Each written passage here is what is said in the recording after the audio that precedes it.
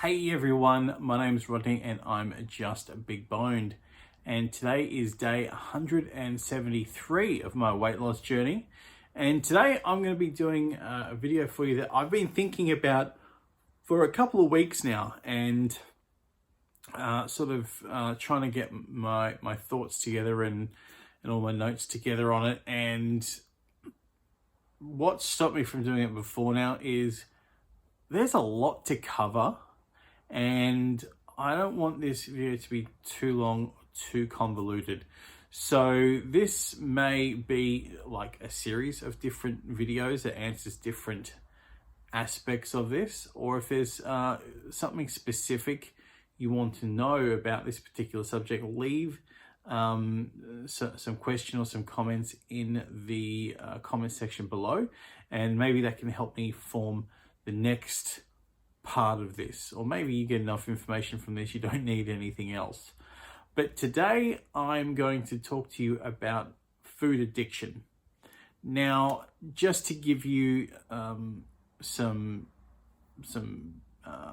information on me and my background, I am obviously a qualified counsellor, and I have been working in the industry for over 10 years now.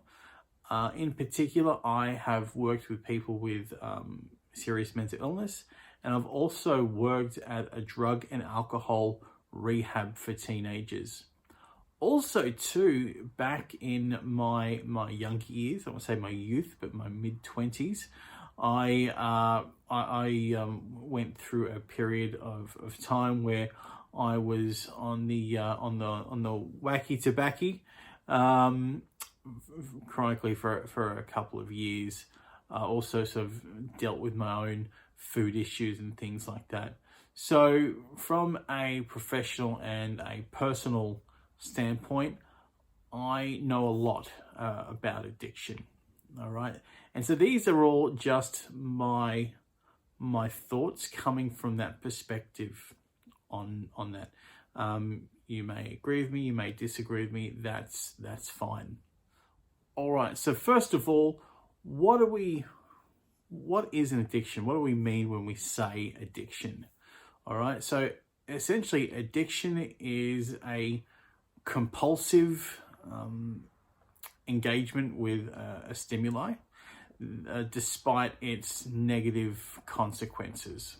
All right, so if you have a drug addiction, so if you are addicted to either legal or illegal substances, you have a compulsion to partake in those substances despite the negative effects it has on you or your health. When we're talking about food addiction, we are talking about eating compulsively despite its negative consequences to our health. Okay, so that is what addiction is. It doesn't matter whether it's an addiction to drugs, to food, to caffeine, to sex, to porn. Doesn't matter. It's all the same thing. All right, so it has the same meaning. It's just the stimulus is different, and it's going to be different for different people. All right. Obviously everyone on the planet eats, but not everyone has an addiction to food. Everyone on the planet, the majority of people on the planet engage in sex, but not everyone is going to be addicted to it. A small percentage of people are going to be addicted to it. And this is, I think this is an interesting point. This really comes down to really how an addiction is created. All right, so what happens when we're addicted to things, it's the same no matter what the stimulus is. Okay, a chemical called dopamine is released into our brains, and that is what drives us to seek out these stimuli. All right, it's all dopamine.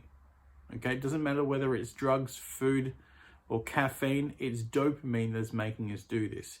Dopamine is essentially, it's almost like the motivation hormone. It's going to compel us to do things. And then while we're seeking these things out, once we engage in them, so if you're not feeling well, so you're seeking out food, once you eat, you're going to get the endorphins released into your brain, and that's what makes us feel good. All right, so dopamine makes us seek it out, and then once we get it, boom, endorphins. And you know, when we're talking about stimuli, it can be a chemical stimuli. So in that instance, sugar. All right, sugar, we can be addicted to sugar. It means we're seeking out sugary things, and when we eat sugar, the sugar releases that endorphins. Okay, when we seek out illicit drugs, this is really interesting.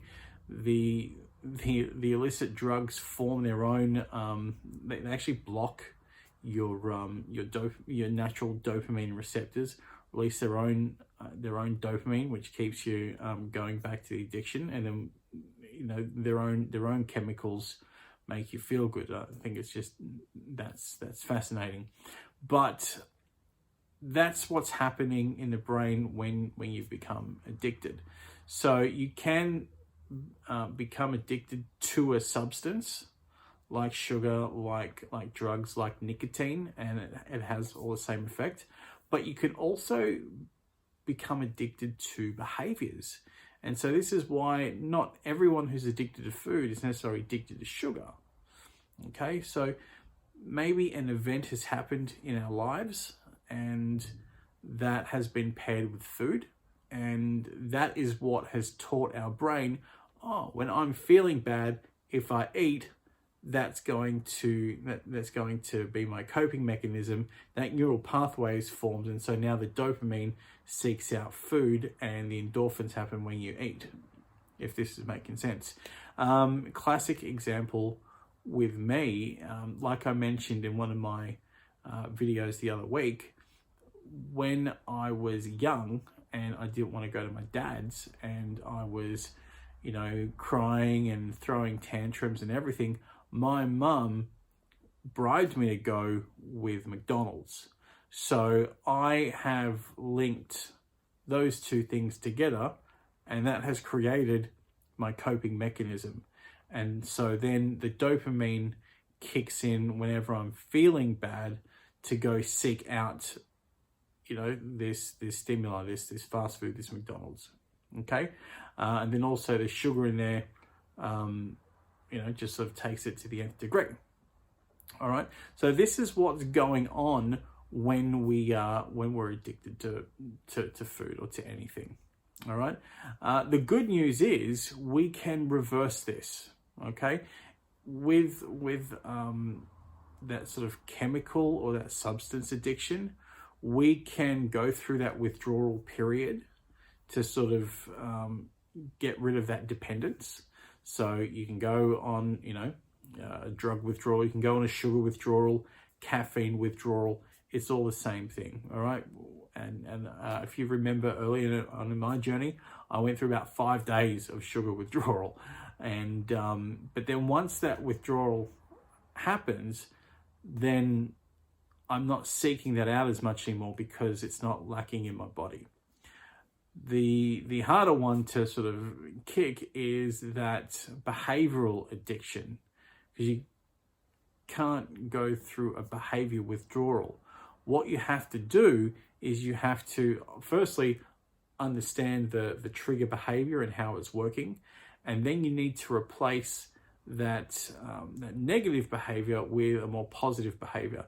So whenever you're stressed, instead of going and getting food, maybe replacing it with going out to exercise, maybe you know, journaling or talking to people or whatever, something that's not as harmful, and replacing that behavior, then doing it enough to actually create that neural pathway for your new behavior, then it's going to reduce the chances that you're going to engage in that negative behavior. All right, So this is just a really, really quick, rough guide into addiction, okay? How it happens, and it is possible that you can be rid of it. If you do feel like you are addicted to food, I think the first thing you need to do is actually go and seek some help. Maybe talk to a counselor or psychologist. I don't want to advise anything different because I don't know what it's like for you, and I don't know what state state of addiction you're in. So I think it's best to sort of go find someone who can help you step by step. Okay, definitely don't get all your advice from a guy on YouTube, no matter how good looking I am. Okay. That said, it's totally is a way out of this. You know, people overcome addictions all the time, and I've personally seen it. I've personally done it as well, and you know, you need to create a long-term plan to help you be successful. All right, so that's just my nickel's worth of free advice. Please go see someone if you feel like you're overwhelmed by addiction, and hopefully this is giving you a bit more insight into what's going on. Like I said before, if there's anything specific you want to know, please leave in the comment section below, and I can do more follow-ups around this. But I didn't want this to be an hour-long video because no one needs to sit here listening to me for that long, not even me. All right. Thank you guys so much for watching. If you haven't already, please hit subscribe and follow me on my journey. I've got 140 of you now all following me, and your support has been fantastic. And I need all the help and support I can get. So please hit subscribe, hit the like button, so that way YouTube knows that you like this and can help push this video out to more people. And also please hit the bell icon, so that way you can see when all my videos come online in the future. Thanks again for watching, and just remember, I'm not fat, I'm just big boned.